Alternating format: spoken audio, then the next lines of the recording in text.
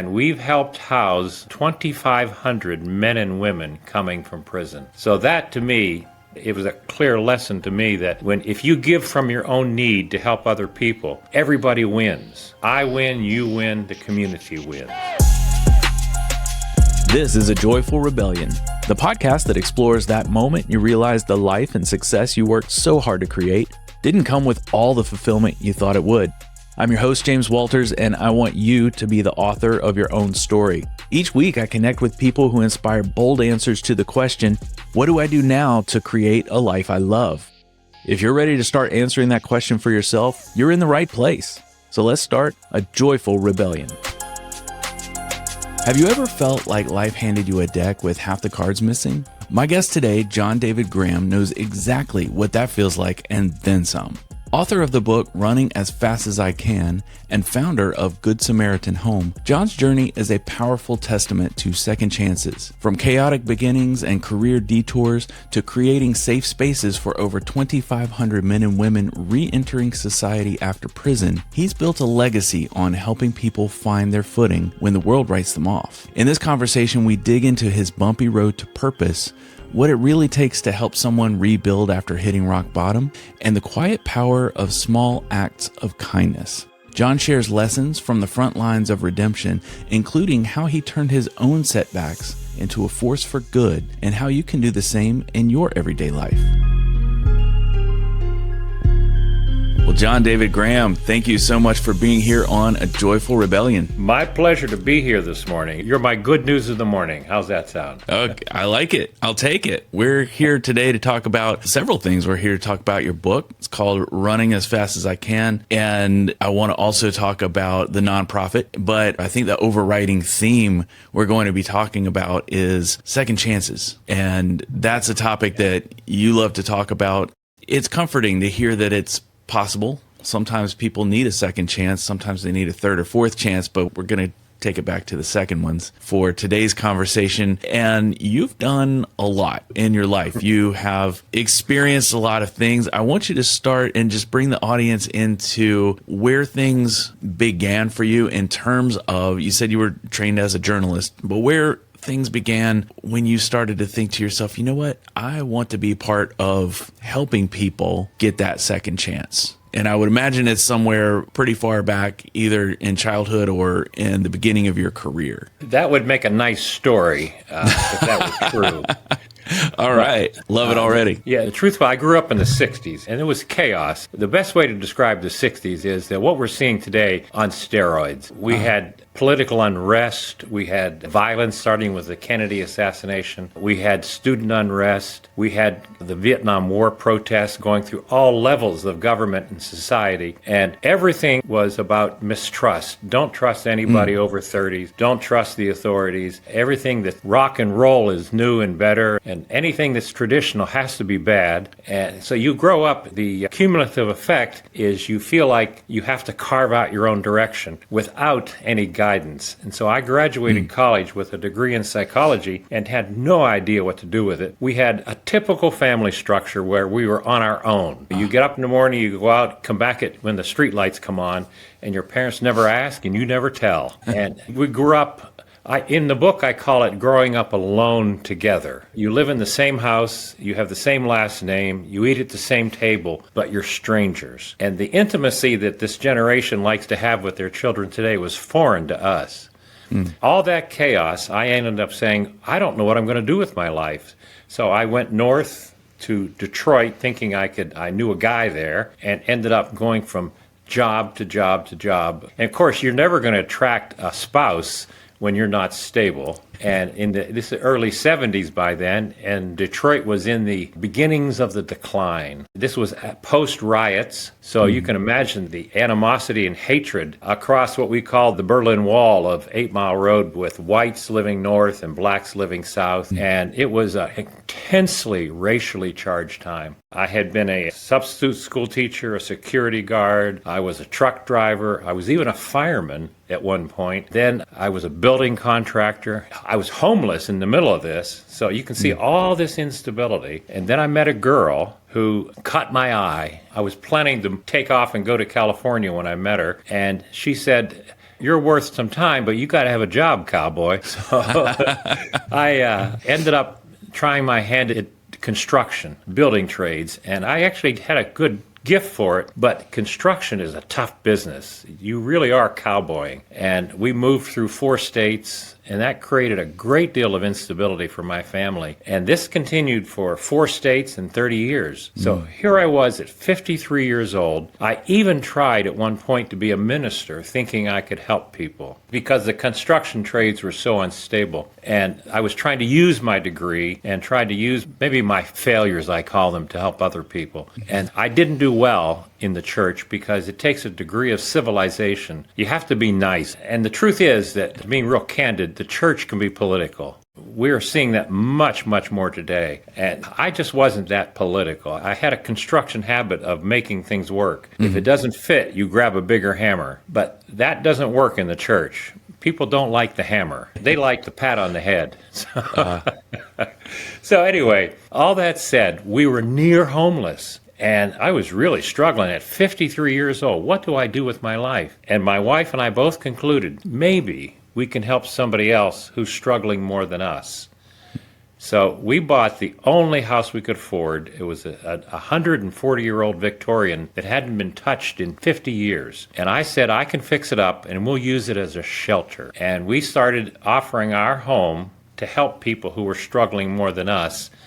And out of that, the Department of Corrections said, we understand, because we had a nonprofit at this point, so it was legal, and it's called Good Samaritan Home. And they said, we would like to have a safe place for men coming from prison because they're low risk, but if they don't have stable housing, they can't get a job. If they can't get a job, they'll go back to the old habits. So can you help us? And we will pay you a per diem, because the per diem in the community is far less than the $109 a day it costs in prison. So taxpayers are paying literally billions of dollars in dead money in prison. But if you can get somebody in the community working, they pay taxes, they pay child support, they buy goods, they don't go to prison. So that's how we started, with 1 bed, 2 beds, 3 beds. And that led to another house and another house. And today, 23 years later, we have 10 staff and 19 houses. Wow. And we've helped house 2,500 men and women coming from prison. So that, to me, it was a clear lesson to me that if you give from your own need to help other people, everybody wins. I win, you win, the community wins. Changed my life. That's fascinating. So you really worked into it and you made it up as you went along, it sounds like, and you made it work, just coming from that problem solving. And I'm sure there were a lot of bumps along the way, but what was it that sort of changed in you when you realized, oh, this was the right thing to do? It just all started making sense. When did I guess you would maybe say the snowball really got momentum as it was going down the hill in that respect? I like to say, you mentioned simplistic, that nothing really is simple. And when we started off with our first resident coming from prison, he was referred to us by the chaplain, and he was a black man coming from Cleveland. And we are in a white rural community in the western part of the state, and the natural prejudices are in every community. His name was Reggie, and he was nervous coming to a white community, but the white community had their own prejudices. And obviously, here's this hardened black man coming to rape and maraud, and petitions were passed, calls to the city council, ordinances enacted, there were threats, letters to the editor. I had police protection going to meetings. We had lawsuits. I ended up suing the city 3 times over 7 years. And I was even, I'm not making this up, but I was even stabbed in front of the courthouse, superficially, but it got my attention. And in the time we're talking about, this is the 90s. This is not back in the 60s, 70s. No, this was actually 2008, 9. So it was well beyond what we call the intense times. Actually, what it was post World Trade Center. Okay. So we were afraid of everybody who's not like us. Not unlike it is today. We're very tribal. And if you scratch the surface of civilization, we revert to our tribes. It is human nature, and a lot of what we talk about on this podcast is the fact that it is hard to fight human nature. Sometimes it's really necessary. But when I talk to people who help people through whatever their joyful rebellion is, whether that's they numb their feelings by food, whether that is they numb their feeling, however they have to get through life, it's either going against their nature or it's going with their nature. And sometimes both can be pretty destructive. And it sounds like you went through a lot of struggles fighting for what you thought was right and also fighting against just people's human nature to contract within their tribe. I suppose if I had a choice, if I could say, do this or do something easier, I would have chosen something easier. But by 53 years old, I had few options left, because who's going to hire a man who should be looking at retirement? The look you get when you get fired from a job or you leave a job too often, people look at you as if you're unstable, because what people want is everything to be day to day the same, and nothing about my life was the same. So I was an unstable person, and because I hadn't found that place where I fit, and when I found it, then it all came together. And so all the conflict, actually, I'll be candid with you, things are so much more clear when you're under intense pressure if you know what you believe, because the adrenaline kicks into the brain instead of into the legs. And I found myself calm in the midst of the intense criticism that would come in public when somebody would say things clearly wasn't true in a public meeting. Instead of yelling back, we tend to do a name call in politics today. If you respond with what Gandhi would say, the kindness and the Christian other cheek, and it gives you a sense of control over your emotions when you're calm like that. And you see your opponent not as your enemy, but as somebody who's simply afraid. And so how can I calm their fears? And I did that for the first several years with a snowblower, because we would get heavy snows in the winter at that time. So I would take my snowblower out and do the entire city block, all my neighbors, all my critics, and I would do their sidewalks without saying a word every time it snowed. And I kept my house clean, I kept it quiet, I kept our resident houses quiet, and eventually they saw us as a good neighbor without saying a word to them. And that made all the difference. That's really powerful. So showing by doing. That's right. I found my best sermons were the ones where I said nothing. Maybe we could all learn from that one. That's right. I would love a little less talk in the world, and a little more action would be really preferable. So when it came to the first house, what was the transition from you said you have 19 houses, and we were talking the last 20 some years. What was the momentum like when you started learning things from the first home to be able to scale up to the point you are right now? We had no money, obviously, starting, and there was no salary, of course. You like to think you can get grant money, but you don't. It's very competitive. And this is where your faith comes in. If you're doing it for money, you'll disappear. If you're doing it for faith and you're looking for people to respond to your faith with positive, clear answers, you'll be disappointed. But if you're doing it because your faith says do the right thing regardless, then that no matter what happens. So we looked at this, and we had people in our own house, strangers in our own house, which I would never recommend, but we had no financial options. But then this is where faith kicks in. I said to my wife, if we just had that house across the street, it's close, we can secure it, it's decent, I have background skills in construction, and it was a decent price because the market was turning down at that time, and housing prices were much more affordable. So she happened to have a little inheritance when her parents passed, and she gave that money to us to buy the house. And for the next 2 years, I literally crawled through the entire building and remodeled it. And that gave us 3 apartments to use for shelter. And that allowed the per diem contract, and that allowed the income to add another house and another house. And each time, though, we had to invest in faith that we could afford this and could do the work. And faith without footwork never works. And we took a lot of footwork. All those, what I call detours through the years, actually helped me do Good Samaritan work. So they weren't detours, they were an education. They were a little trial by fire and a little education, a little test of your faith, it sounds like. That's right. And the truth is, James, that I've never been to prison, but I do have great sympathy for people who've made mistakes. And when you factor in drugs and alcohol, which is about 80% of all prisoners, you make decisions that are fueled by biological, chemical inability and impulsive behavior, I call it. And also, they come often from backgrounds similar to mine, but much more intense. And abused people tend to abuse other people because we just don't have the skill set. I've found that all those things that were what I thought to be my shorthand, my shortcomings, have actually made me stronger and more sympathetic to the people I deal with. And that, to me, is a major lesson for all of us. My next question was going to be, what did you learn in that first year? It sounds like the very first person who was a resident caused a lot of uproar in the community. You learned a lot of the process, had to go to city council meetings. Sounds like a whole different world you were thrown into. But when things got a little more quiet and you started working with the people who were coming from the prison system, is there something you learned about second chances, learned about human nature that started to inform your worldview from that point?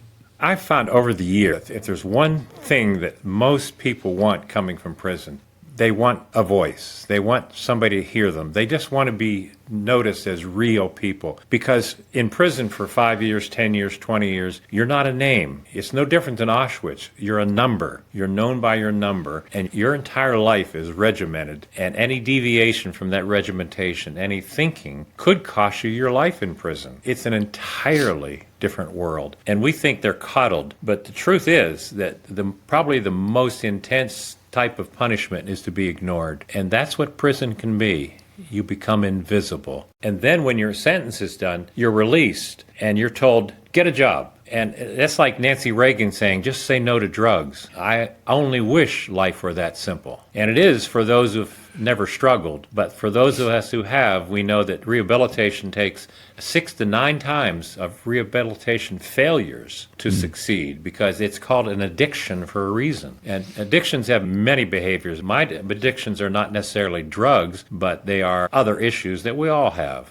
I'm guessing that the more you talk to various people who are coming out of the system and seeing the issues, like you said, 80% are in there for drug, alcohol related things they did while they were under the influence, trying to maybe numb some trauma that happened in their life previously. What were some of the commonalities that you realized just about people in general that you put into your book, Running as Fast as I Can? One thing, my wife has a way, because I'm 76, my wife is my age, and so we're seen in a different light. We're not seen as a threat to many of these guys. And I have a doctorate in theology, so that's an inroad to some of these guys, because they see me as somehow more supportive. But one question my wife likes to ask is, tell me about your mother. Tell me about your father. And especially, tell me about your grandmother. And what we hear is, I don't know who my father was. My mother was either working all the time or gone all the time, or she had boyfriends all the time. It was my grandmother who raised me, or the foster system. I've found again and again and again, we're dealing with people who were dealt a hand of cards that only had 1 or 2 cards in the deck. And then they were asked to play a full game, and they can't. Wow, that's really insightful. And it doesn't make what they've done excusable. It just means that they are running as fast as they can, but they only got 1 leg. That's where the book came from. It's the idea that this is the best I can do. I just can't keep up. So don't say I'm not trying. Say I don't know how. Can you help me? My wife and I, for example, have our own limp, so to speak. So we lean on one another, and together we do a 3-legged race. And we can keep up, but we work hard at it. And that's what my residents have to do. What are some of the ways you help them once they get out? So walk me through, let's just take someone theoretical who's maybe been in for 5 years and they've received notice that they're going back out into the world. And the world's a lot different place than it was 5 years ago. And then they come to you. Imagine you're in a place, a 6x9 cell, and you 6 times a day you're asked to line up for a count. You have to go to a certain time, certain place, certain job every day for 6 years. Your mail is read, everything is regimented. You don't have access to phones. Your only phone calls are recorded, so your life is under intense scrutiny. And then all of a sudden the gates open and they say, you're on your own, report to the PO. Here's your gate travel money, and the bus will leave at 10 o'clock. What do you do? What do you do? Because especially when you go to apply for a job, when you went into prison, the only way to apply for a job was in the newspaper, the one ads, which are non-existent now. Mm-hmm. Now they're using these little things in your hand, and you haven't the foggiest how to use that. Where's the phone booth, and where am I going to stay? And nobody will hire me because I have a felony, and then I don't have enough for an apartment because it costs first rent, last month, and deposit. So I'll crash with my friends, and before you know it, the friends that got you there are the only friends that will take you in. And so the cycle repeats. So what we do is try to put a stop to that cycle by saying no charge while you're here, but we have structure. You're responsible to keep your part of the crib clean, your bed, your room, your kitchen. We don't charge you, but you pay for it in accountability to your roommate. I call it a pronoun switch from I to we. Okay. And we partner with the local county officials for job and family, because that's where the food stamps are provided, but also the job training is through the reentry office. Ohio is actually very progressive in doing these things. So they put a lot of effort into reducing the return to prison or recidivism rate. It's dropped from 50% to down below 30 in Ohio because of that. Because the community is where the rehabilitation will occur. So I give the housing, and they partner with us to provide for the skill sets. And say, for example, a reentry training class where they teach you how to apply for a job. You'll get one guy who's never had a job before, and he has a certificate that says that he passed the training course, and they provide a suit for him for his graduation. And you would think that this 45-year-old man would be the proudest, as if he'd been named king, because he's wearing a suit and he has a certificate for the first time in his life. Now that's how you get a job. You instill a sense of accomplishment. And then one of my staff would attend the meeting just to support them, and she got as excited as he did just to watch that happen. What are some of the jobs when they do train? Let's use that theoretical person as an example, hadn't had a job before, so went through the training. What are some of the jobs that are available now for someone of that description? Almost everything is through the temp agencies, because the auto industry left and decimated this part of the Rust Belt. And what used to be middle-class jobs in Ohio and Pennsylvania, factory jobs, are gone. But what happened came in were other service industries. So instead of the General Motors plant, there's the Chinese glass factory, and they hire through the temp agency. And the temp agency has actually contracted with the reentry office. So by doing that, they get tax credits from the government for hiring disadvantaged persons, and the county gets a source. And so they hire them in for, say, 9 weeks to see how they work out. And they're much more open to hiring people because the job company benefits, the temp service benefits, and the county benefits. And if you don't show up in the first 9 weeks, the county can cut their losses. They've tried, and the company can say, we've tried. But if you stay, then you can prove that you're a good worker, and you can get hired in that way. So it's a gamble. You don't get a permanent job. You get an offer, and you do get work. And if you work hard, then you can get hired. So there's a lot of that. And food service industry jobs, temp jobs. I would say that even a temp job, even a poor paying job, if you're working, you can move up the scale. But always keep looking for the next job. And what I tell people is, if you show up on time and if you put your 8 hours in, you'll stand out just by the fact that you're there. What an employer wants is dependability. They'll teach you skills. They can't teach you to show up. True. In general, I have found that felonies do not preclude getting work. They make it harder. Okay. But you have to work harder. You have to look more. And you will get rejected. But if you stay, you will rise to the top just by showing up. Gotcha. That's a really good description of a success story. When it comes to people who don't experience that success story, either at first or at all. They just, for some reason, can't get out of their own way. What's the common thread between those folks? You mentioned a little while ago, they come out of the system and they go back to the only people who will embrace them, which are usually the folks who got them in there in the first place. Is that one of the things that a lot of those folks would have in common, or what are some other characteristics of someone who's been given a second chance, but they just can't make it happen despite themselves? Think of it like a woman, in particular, in an abusive situation. We often say, why don't you leave that situation? And why do you keep going back? Because the idea of being off on your own without the known, it can be frightening. And if all you know is abuse, if your family abused you, your father abused you, your boyfriends abused you, why are you surprised that your husband abuses you? So to say to somebody, don't put up with that, you're asking them to speak Hungarian. It's just totally foreign. So there has to be not just a redirection, there has to be a rethinking. In prison, we call it thinking for a change, learning how to think differently. And we deal with people who have known from birth, they've known rejection and failure. So success is actually threatening. Why did you hire me? It's like the old Groucho Marx joke. He would never belong to a club that would have him as a member. And that's what I think a lot of people think. Why would they hire me? What's wrong with this job? Or why would that woman date me? What's wrong with her? I think a lot of it comes back to that they're broken spiritually. They're broken internally. And so you have to not rehabilitate. I think we have to habilitate. You have to teach people from the start and not be normal,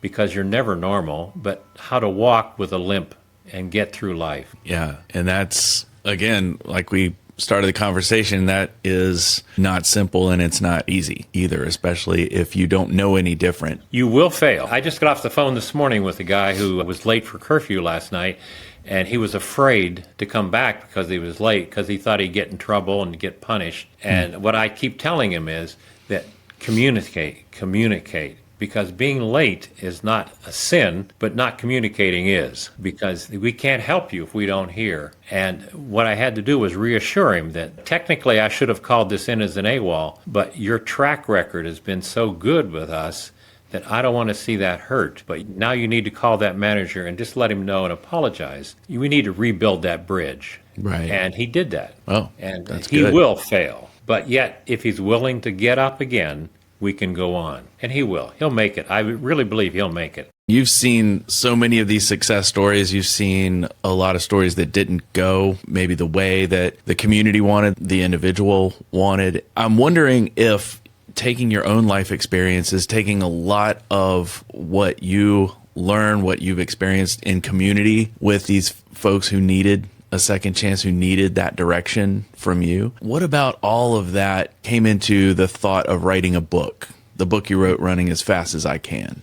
When I was going through the council meetings, the grillings, some were so intense. People, when they're afraid, say things they don't really mean. We see it from January 6th issue on through, we see it on television where people are saying things and name-calling simply because they don't know how to express their fear. And I found that, and it can be very personal. So what I would try to do, because of my academic training, my journalism training, I would try to present facts. So I came into these meetings with reams of statistics. I even had a conversation with an attorney who was opposed to us. And he said, I don't give a damn. I just don't want those people here. And he was able to articulate what the others were saying with their anger. Nobody hears data. So that's where the snowblower issue came in. But what I try to do now from that, I said, I can talk all day long on these podcasts about second chance data. And I could say it even saves money to have somebody working and not in prison. And that'll even make the Republicans happy. But nobody really hears that. So what I wanted to do was tell the story of something personal, something real that people could feel. So I have this, I call it a Forrest Gump story, where Daniel came from an abusive home in the 60s where he was not only ignored by his parents, but abused by his pastor. And then he ran away in the middle of the 60s, and he lived through the hippie invasion in San Francisco, the Kent State shootings, the Detroit riots, all those instabilities. And he was as unstable as that community. But what he really wanted was he wanted a family. but he couldn't find a family because he didn't know how to be a family until he met Kate. And Kate was looking to lean on somebody too. And together they became a family that they both wanted. But you like to think that's the end of the story, but Daniel ran into the same type of issues helping others that we ran into. And the twist of the story is that when he took in Charles from prison, Charles, who had no degree, had 20 years in prison, became his mentor in forgiveness. And that's what makes the story so relatable, is that the only way to find forgiveness is to forgive. And Daniel learned to forgive his past, his family, by learning it from Charles, who learned to forgive because he was falsely imprisoned for 20 years. And the story has not only resonated with the critics, it's gotten 30 awards, but more important, the readers writing back saying, I felt Daniel's story. I lived Daniel's story. I couldn't put it down. That to me, it took me 10 years to write it, but I feel like it was worth every day of that because I want people to feel second chances and forgiveness, and they have. That's great. That's really powerful because it sounds like a lot of the story was taken from parts of your life. We're taken from parts of things you've experienced with a lot of these other folks that you've helped along the way. All fiction comes from some reality somewhere. I've never been to prison. I've never been abused by my pastor, but I have felt that abandonment that Daniel felt. I felt that instability, and I think that's a common thread with many people. Why does the cheerleader, the football captain, turn to drugs or suicide when they have everything? Because they don't feel loved. And how many successful people like Robin Williams committed suicide? Because there's an emotional disconnect somewhere. And that doesn't make what they did wrong, it makes it even more sad. A good example is Jimmy. Jimmy was 67 years old, came from a horrid background, been in and out of prison, mentally ill, schizophrenic, and they found him in his car in the middle of winter, near dead. And he was referred to us, and the VA hospital would stabilize his medication, and he stayed with us for 14 years. And we gave him that family he never had. And when he died at 81, he said this was the only home he ever had. And Jimmy spent a lifetime of instability, mental instability, and his whole life was chaos. But yet, at the end of his life, he found stability. And that was simply because we were able to offer that to him. And that, to me, made everything worthwhile. A lot of the examples that you just gave are people who felt like they were out of community, and cutting off community from someone is devastating. And that's one of the reasons why I know the word that we have for getting ousted from a job, we call it being fired. And doesn't that come back from, there was a practice long ago, hundreds of years ago, that if you were in a village and they just didn't want you around anymore, they would burn your house down so you would have to leave. And that was where the word fired. Israelis do that to alleged terrorists in Israel. They destroy their house. Okay, so you're getting fired and then you have to leave. But hundreds of years ago, if you left the tribe, it was pretty much you were not going to survive that because you really needed to lean on the tribe. It was a all for one for all, very much them against nature. With all of the conveniences, we've got a lot taken care of for us in this country, in this modern civilization we have. So we don't necessarily have to lean on as many people like our tribe, but that human nature, that's not going away. We still need that interaction. We still need that connection. And if we don't have it, it starts to be a situation like you described where you're living with a family all by yourself. You feel alone even if you're in the same room with other people. And imagine if your communication is now condensed to a screen. When I can't sleep or something, I'll open my phone up, and I like to pretend I'm reading the Times, but I might turn to the Reels on Facebook, and almost every one of them are junior high kids who are being bullied in school by very simplistic confrontations, and they have to defend themselves with some sort of skill set in karate, which I don't know any seventh grader knows. And he's a superhero. Or in worst cases, he's a super victim. And what I get coming out of watching those reels is I'm 76 and I get frustrated. How much more so would a 17-year-old kid who's being bullied, how would he feel? How isolated? Or if somebody sends you text that says you're ugly, you're fat, or if I were a woman, a girl, and I was being measured by my hip size or my breast size, and my worth was only in how pretty I was. I'll be honest, I don't know how girls do it. The judgment standard is so evil. That's the best way to describe it. And I feel great sympathy for the children growing up where their worth is only on superficial things, 10 times more than what we had to go through. As you described at the beginning of the podcast, you grew up in a really turbulent time. So when people say unprecedented times, you're like, probably not. Just unprecedented for what a certain generation maybe can remember. We had Walter Cronkite telling us the news. Now we've got every other talking head imaginable, 9/10 of which are not giving facts, they're giving opinion. Here's the funny part. When I did my years as a journalist, I was absolutely ingrained with you never put I into the story. You never give opinion. But today, we don't even call these stories news. We call them entertainment news. They're not called journalists. They're called the salary, I think they call them, or the stars. They're giving a paid opinion, and they don't talk with, they talk over. And it's extremely frustrating to watch most cable shows left and right because I can't get facts. I get anger. And if I feel that, and I'm a semi-rational person, can you imagine how much more so irrational, emotional people are reacting? They end up doing things like we saw on January 6th, where they were just so angry, they did things they never envisioned they would do. Yeah, and took action based on a lot of feelings and not a lot of facts. And I got a glimpse of that in city council meetings. Well, I'll be honest with you. What I'm seeing as I read is I'm seeing a great deal of 1926 in Germany. I'm seeing a great deal of Europe in the 30s, where we were moving towards authoritarianism because we want some degree of stability,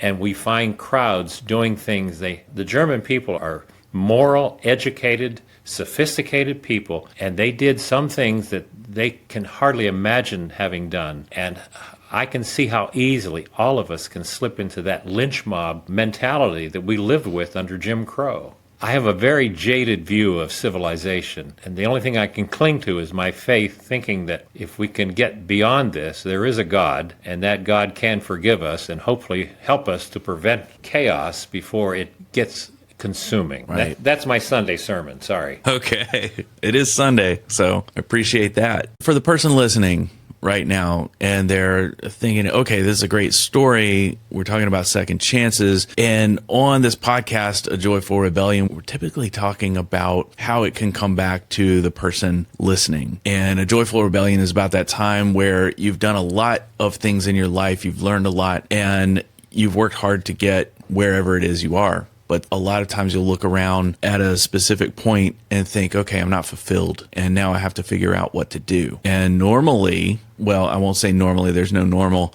but quite often with people I speak with, it has something to do with the rebellion piece, where they either have to rebel against what they've believed in the past, what they believed about themselves, what they believe of what their parents told them or trained them was the right thing to do, whether that's get the degree, get the job, get the family, buy the house, live the American dream. That's not right for everyone. So then they have to decide what they do next. And that's the part that gets really interesting. And so I want to talk to you about, you've lived this joyful rebellion. You now help other people have that second chance. But if someone's sitting there listening to us in their car and they think, okay, this is interesting. I do want to help the world be a better place. And now I do have a lot more perspective on what it's like for someone who has been in the prison system, for example, who's had a pretty tough last couple of years, but is willing to change their life. What can I do that's not going all the way to opening up a home where they can stay and doing all of the things that you've done? What's a small way that they can help improve the world from what you've seen? That's a very good question, because I would never recommend that you do what I did, because I wouldn't do it again. In many ways, it wasn't safe starting off like that. And that's why I took on the contract with the state to give me boundaries and structure and accountability. I have an accountant, I have an attorney, I have all people who help me keep within the, not just legal, but moral boundaries so that I don't do something foolish. and I have a board of directors. But I would say we like to think that if given an opportunity to save the world, if the plane were going to crash, I would rush to the front and open the door and rescue the pilot and save 75 souls. And it's not realistically, but maybe you can help that person sitting next to you in the seat by offering them your cookies because their kid's hungry. One small act of kindness. Or because their baby is noisy on the plane, I travel a lot, so I hear that. Can I let that noise go and not complain? Can I swallow my privilege of quiet for a few moments because that mother's struggling? Or if she's trying to put her bag up and I just stand up and say, let me help you with that. We can do a small act of kindness because that makes us feel better. It helps her, but suddenly that uncomfortable plane ride, it becomes almost a statement that we're in control of our emotions because we did one thing good. And it's just small acts of kindness. For example, you see somebody with a sign that says, we'll work for food, thank you, God, and they all have the same sign. And you like to give them $10 to go away, but maybe you can do that, or if they're in front of McDonald's, take them in and buy them lunch. That way you know the money went for lunch, and it cost you $10, and they got a meal, and you walk away saying, I got $100 worth of feel good. Even if that's just the game they're playing, so what? You felt good. I like to think of it like right now the times are very dark. They feel like everything is going wrong. We're nervous, particularly now because we don't know what the economy is going to do. So what can I do to take control of my dark corner? I can help one person at my door. If it snows, I can sweep somebody's sidewalk today. And I can walk away saying, I did something to light the darkness. And the darker it is, the brighter my light looks. And the truth is that I feel better. And if there's no other reason, you do something good because you feel better. That's not a bad thing. So I don't recommend you do what I do. You can do a little thing that you can do. Don't second guess it. Don't try to analyze it. Just go with your gut and say, here's $5. Yeah, just do something good for someone and you both benefit. I like that. Well, even opening a door at the store. Opening a door for somebody, I'm amazed when I go to a restaurant, the wind's blowing, and I hold the door open for somebody, and 6 people walk through. Suddenly, they all get brighter. They smile. I smile, because I'm holding a door for 6 people. And then we start saying something silly like, did you leave any food for me? You're making small, kind conversation, and everybody feels better. Instead of saying, get out of the way. That's what we say in our heads. Hurry up. It gives us control of not just our emotions, but the situation. It does. And I like that because a big part of this podcast is being the author of your own story. Yep. And we get the choice. We get the choice of how we are going to react. We don't get the choice of what happens to us quite often, but we do get the choice of how we respond to it. And if we are really conscious, and like you have said a few times, if we are in charge of our emotions, instead of letting them be in charge of us, it is not always comfortable, but the outcome tends to be better than if we let them be in charge of us. And one thing I would say, James, is don't be afraid to try something new. And let me give you a fun example. I have a place in Texas where I go down to write. It's my fortress of solitude. And I saw an ad in the paper that said an acting company was looking for walk-on actors for Harrison Ford's 1923 series. They were shooting it in San Antonio. And I'm not an actor. I'm not a handsome body. I'm an old fart. But I put my name in. I had my hat on. I have a Stetson. And they called me up and said, yeah, we'd like you to do this. Could you come to Austin for a fitting? So I drove up to Austin. I got all fitted out in a 1923 suit. And they said, would you be willing to cut your hair? And I said, not a big deal. Hair grows back. But, you know, a writing gig lasts forever. Speak for yourself. That's Speak right. For yourself. Well, it doesn't grow back as much. But what happened was I did this, but then they cut my part. Okay. But here's the best part. I got a check for $32. So officially, I'm an actor. Okay. So 76 years old, and now I can write actor on my resume. There you go. And it was extremely out of my comfort zone. So I took control because all this writing business and publishing business is exhausting. But I had fun for one day, and I got all this conversation out of it, and I know that I'm willing to try something new, and that's what I recommend. Try something new. Yeah, that's wise words, and I really appreciate you being so open, having this conversation. What's the best way for people to connect with you and get a copy of your book? It's actually quite simple. JohnDavidGraham.com. That's my website, and it links to Amazon. The best part is that you can download 2 or 3 chapters free just to read it on your ebook, but it's available in all the formats, and we're actually offering free books for the next 4 or 5 days. The idea is that I didn't write this to make money. Even though we've sold thousands of copies, what I wrote it for was this conversation. I want people to read about second chances. I want people to be encouraged, and I want them to offer second chances. You can read about Good Samaritan on the link also, and I have a Substack column where I actually try to wax journalistic and say something meaningful. And then I even have some of my humor columns I used to write. The one where I met the devil and she was 4 foot tall and selling Girl Scout cookies. So there's just some fun writing there. But I would recommend, look it up, and then you can contact me if you have any questions on my website. Very good. We'll have all that in the show notes. So if you're interested listening right now and want to see what John David Graham is up to, we'll have all the links right there at the top of the show notes. John David Graham, thank you so much for sharing your story and being with us here today on A Joyful Rebellion. My pleasure. I had a ball. This was my church this morning. Thank you. Thanks so much for joining me today. And if you have an extra minute, I have a favor to ask. Some of you listen to this show on Apple Podcasts, and a lot of you I talk to are on Spotify or Amazon. I'd love it if you would take just a second to leave a rating or a review. It lets the platforms know that listeners are getting value from the show and suggest it to others who are interested in similar content. And as always, if you have a topic you'd like me to cover, a guest suggestion, or just general feedback, I'd love to hear about that too. Connect with me on Facebook, Instagram, or at ajoyfulrebellion.com.